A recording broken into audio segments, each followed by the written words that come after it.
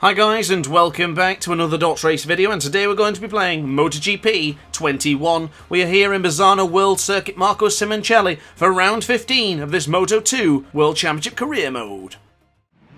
So starting at pole position is Grant with Lowe's and Gardner on the front row, Fernandez, Roberts and Ramirez on the second, Ben Schneider, Di Gianantonio and Schrotter, Arbolino, Agora, Vietti, Navarro, Fernandez, Bobier, Bezzecchi, Dixon, Vierge, Baldassari, Manzi, Cyrene, Arenas, Canet, Garso, Montella, Bulaga, Corsi, Dellaporta, Luti, Chantra, and Barry Baltus at the back of this Grand Prix.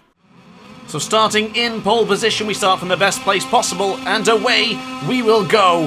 I am feeling absolutely fantastic for this one, so as long as we take the whole shot, which Sam Lowe's is trying to deny us, same as Remy Gardner. Can we go round the outside of Gardner into turn 1? You betcha. Can we get up the inside of Sam Lowe's for turn 2? Oh, it's almost, not quite. Sam Lowe's fights back, Gardner fights back as well. Brilliant stuff there from the Aussie, who is destined to fight for this championship. Can we get up the inside? Sam Lowe's gets massively out of shape there. Major style points for the man from Lincolnshire. That was very incredible as Remy Gardner forces Grant wide. Gardner's now up into second place. Gardner's done his homework, and same as Sam Lowe's, they know if Grant gets to the front, it is curtains. He's just going to disappear to the front and start churning out some Lorenzo-like lap times. But now going into Quircher, we're trying to go round the outside of Remy Gardner. That's probably not going to work, but we'll try and go round the outside. Just hang it in there, because we will have the entry to the next corner. But Gardner's quick. It's going to be a little bit of contact, perhaps. Brilliantly done there for Grant, bullying his way through on Remy Gardner. The same thing that Gardner did to us just a moment ago. So great stuff there. Great retaliation from the man who's currently second place in the World Championship.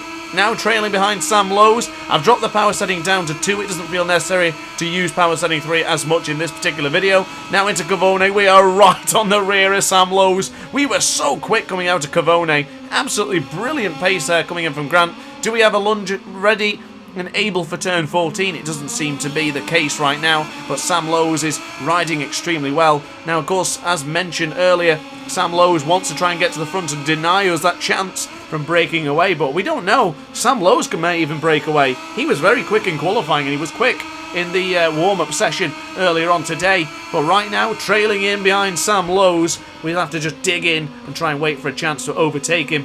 Turn 1 navigated pretty well. Turn 2 we have closed really nicely and tightly up into Sam Lowe's. Now onto the right hand side for turn 3. He's chosen that wider line. We've chosen for the tighter one. Do we get him into turn 4? Not quite. I decided to bail out on that one because of seeing Sam Lowe's be so sort of out of shape earlier on. I don't fancy him getting out of shape and taking me out of this Grand Prix battle.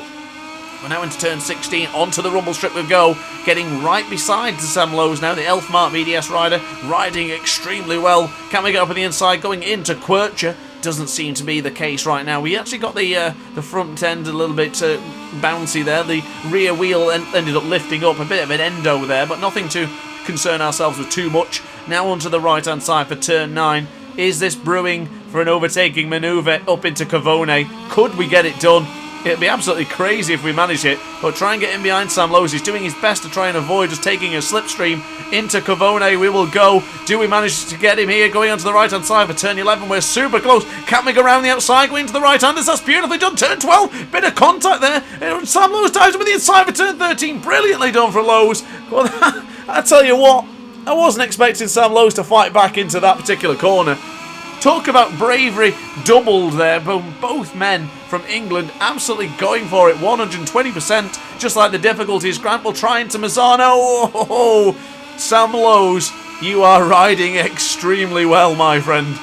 This is going to be extremely tough to beat. We do indeed set the fast lap of the race, but for some strange reason on the left-hand side of the screen, it hasn't appeared, so just take my word for it for the time being. We're going into turn 2. We will still continue to trail behind our fellow compatriot, and we will try and beat him. Potentially going into Rio this time. We might be close enough, but not quite. It's not going to happen just yet. Of course, many laps are remaining in this one, so there's no real need or urgency just as yet. We're on the medium front and the hard rear, so the tyres are definitely going to last. I wasn't going to risk a soft front or rear here today. The sun is shining and it's very warm. I didn't fancy trying to abuse a soft tyre around Misano.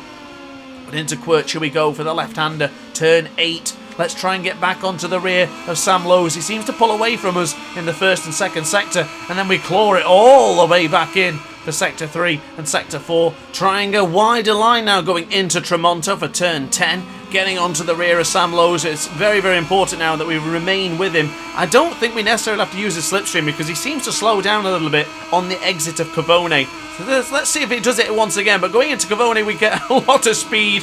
We're going to be right onto the rear of Sam Lowes, potentially for a move going into Caro. It'll be like Valentino Rossi getting up inside of Lorenzo a couple of years ago as he dived and picks him up. And it's going to be a very, very similar move up on the inside. And Grant is into the lead. Ran it a little bit wide and tried to dive over the inside to slam the door in his face. And I tell you what, I think that worked. Brilliantly performed there, brilliant execution from Grant, but Sam Lowes is lining us up into Misano. Will Sam Lowes have the gumption, have the drive, have the goal to go up at the inside going into turn 1? You better believe he's close enough, but Grant has got brilliant track positioning there to stop the fellow British rider from getting on through. Will he make a lunge going into turn 2? This might be it. Sam Lowes was not close enough once again. He isn't close enough again for any lunge going into turn 3 or potentially even into turn 4. Something's happened to Sam Lowes as he's now dropped down into 4th place. Raul Fernandez, 2nd place. Joe Roberts, for the American fans, he's up into 3rd place. A great job for him. And I tell you what, I didn't even see this happen, but Remy Gardner is down to 6th place. We could be taking the championship lead in style here today if we continue to perform like this. Is this the breaking point? Is this now the time where we start chucking in the lap times? I've always said, get the gap around 1 second and you've done the business. Try and hover it around there. It makes it so difficult for the other riders to try and chase you down that I think we might have already done this one and got this one secured. It might not be the most entertaining of races from this point on, but I tell you what, that battle with Sam Lowes certainly kept me entertained for the rest of this Grand Prix, no matter what. But going into Cavone for turn 11, we're going to be getting him right on the right-hand side once again for turn 12, and then holding it the line. Oh, a little bit too tight to the apex there, touching the rumble strip, not ideal, as we now chuck it onto the right-hand side. Half a second is the gap to Joe Roberts now, as he managed to make a move up on the inside of Raul Fernandez. Sam Lowes looks to be trying to fight back with Gardner and Fabio Di Gianantonio. Still no signs of Marco Bezzecchi, who qualified pretty poorly in today's video at 4 PM. And across the line we will go to end lap 4, the beginning of lap 5. That of course is a slow lap for Grant, but honestly we did actually incur a little bit of battle there with Sam Lowes at the start of the lap, but I think that might be it, guys and gals, unless Joe Roberts can conjure something up.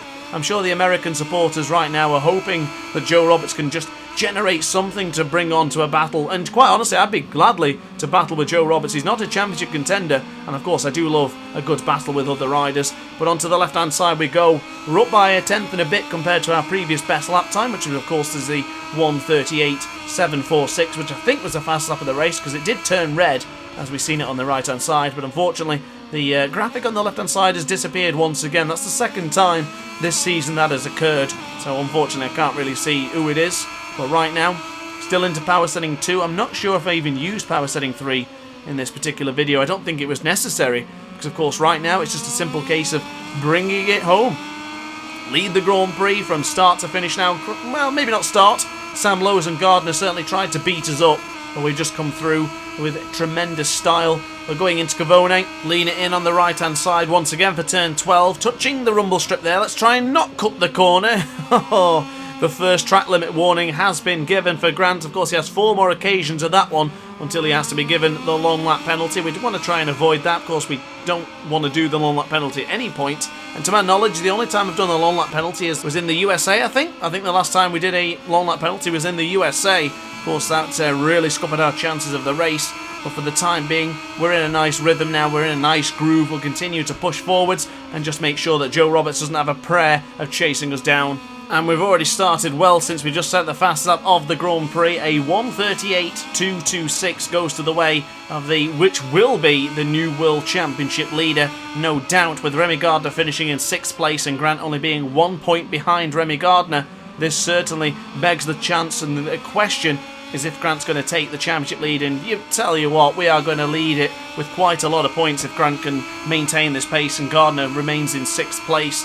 I'm going to be happy with the podium result, to be honest with you, because there is no championship contenders there. Raul Fernandez is somewhat of a championship contender. He is in real life, of course, but right now in the video game form, he's not on his best form.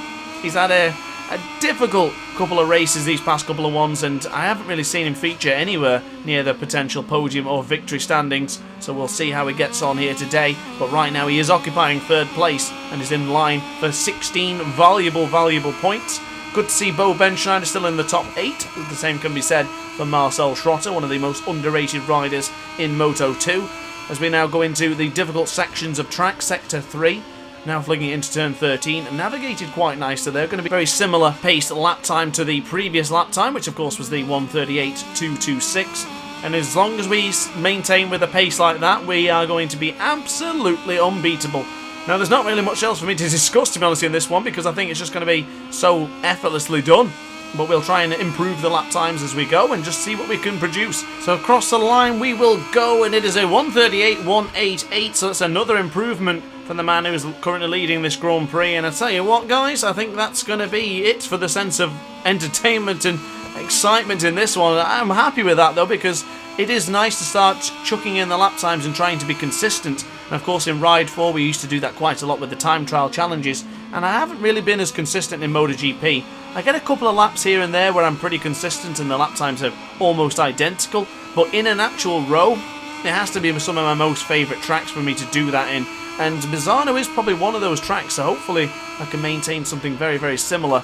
But with Sam Lowe's in 4th place, I still think he has the potential of getting into 3rd place. We'll see how things go. I can't really see on the graphic down in the bottom left-hand corner of the screen there. Of course, you can keep an eye on that one if you want to see anyone trying to make a couple of moves. It would be better if it was probably a little bit differently coloured so I could see exactly who's where.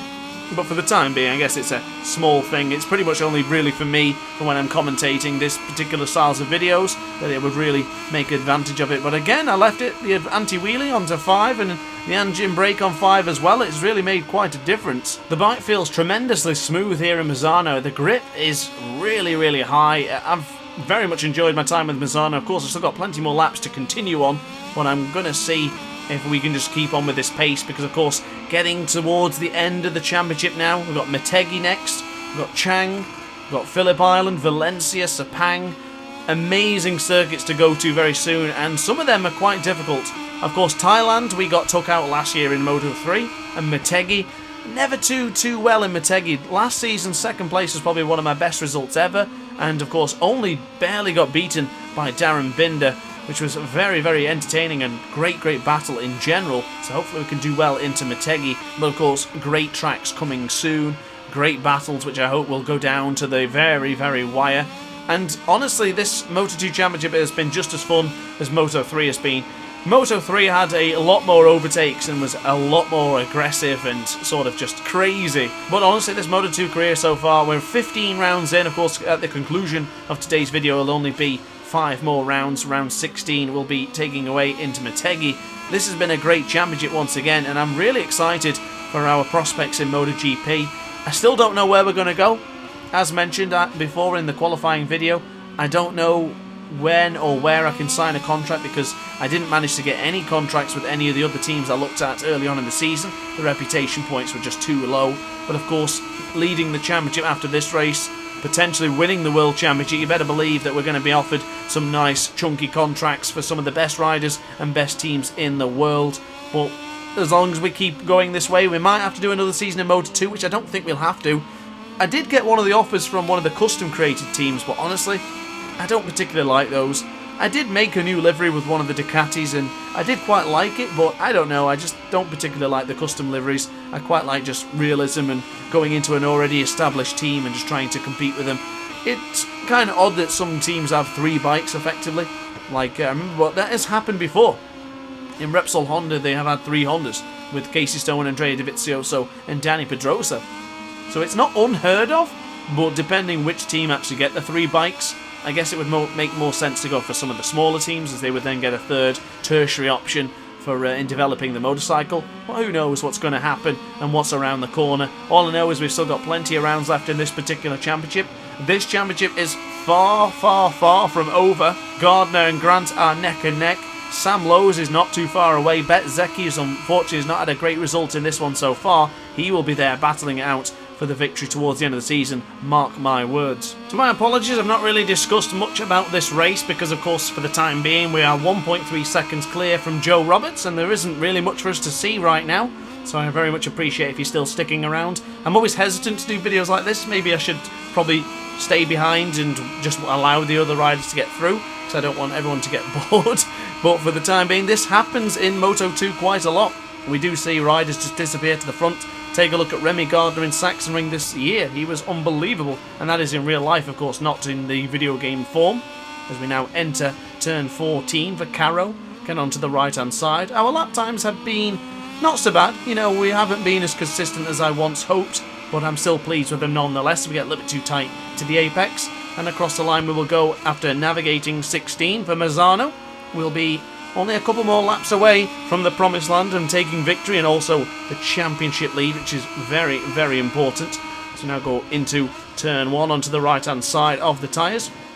I'll tell you what, this kind of video is a bit of relaxing for my throat. Usually these MotoGP videos get very intense and they cause me to shout a lot and get very, very loud. So I'm kind of pleased that I can take a day off, if you will, take a couple of hours off of this particular recording, and then when I record the next one I go absolutely crazy again. But for the time being, this is a nice change for now. And we are still 1.1 seconds clear from Joe Roberts, so there doesn't seem to be any changes on the timing screen on the left-hand side.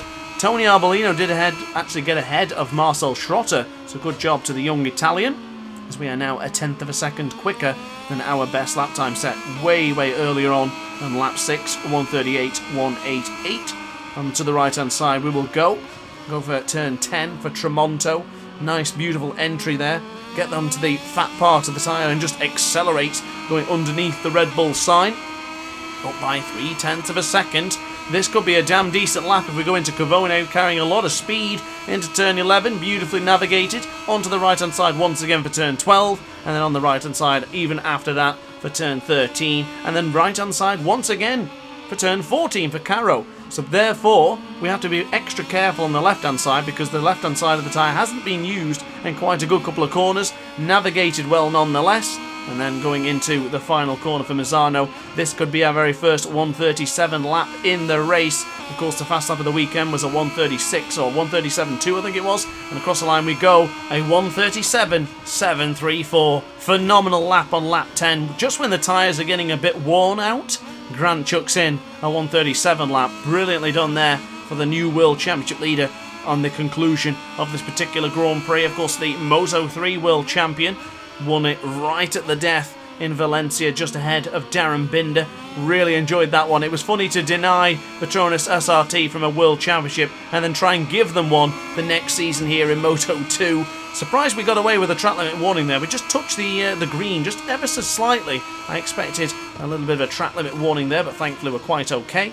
Going into Quercia, nice and tight apex for the British rider. 2.1 seconds clear from Joe Roberts now. That fastest lap of the race has certainly squashed any chance of him chasing us down, unless he's going to produce something ridiculous towards the end of the race, which you never know. We do run it wide there into Tramonto, losing half a second and maybe more. Joe Roberts might smell a chance of potentially fighting back. I don't want to try and just put you on the edge of your seat for no reason, but you never know in Moto2. And Joe Roberts, of course, with a lot of talent and a lot of skill, you better believe he is a man to try and chase me down. Of course, he'll be very determined, but at the same time, he has a lot to lose. Second place in this race is going to be a great result for him, and of course, earning those extra points, earning that motivation and momentum is always good for the next couple of rounds. Marco Bezzecchi from 18th on the grid has now made his way up into 8th place. Not quite the progression I expected from the man who was born not too far away from this particular track, right here in Rimini, and I'm certainly sure that this is not the result that Marco Bezzecchi would have wanted either, especially in the dogfight for the World Championship that we are all in right now. You would have expected him to perform a little bit better under the pressure, and especially here with the home crowd fans cheering him on for the 2015 CIV Italian World Championship back in the day. Now onto the right hand side for Rio, turn 4. Nice tight apex there from the corner named after my cat, or at least my cat was named after that corner, who knows. I've got two cats, one's called Blue and the other one's called Rio. Of course, the other one's called turn 4 of Misano. We're going underneath the Tissot sign for turn 7, going into Quercia. We're doing a nice tight apex once again. You don't want him running it too wide there and touching the outside of the track. Good to see that we only have the one track limit warning that was given quite earlier on going into turn 13. Hopefully that doesn't happen again, and I'm not going to jinx myself, but I'm pretty pleased that we've only had that incident happen once.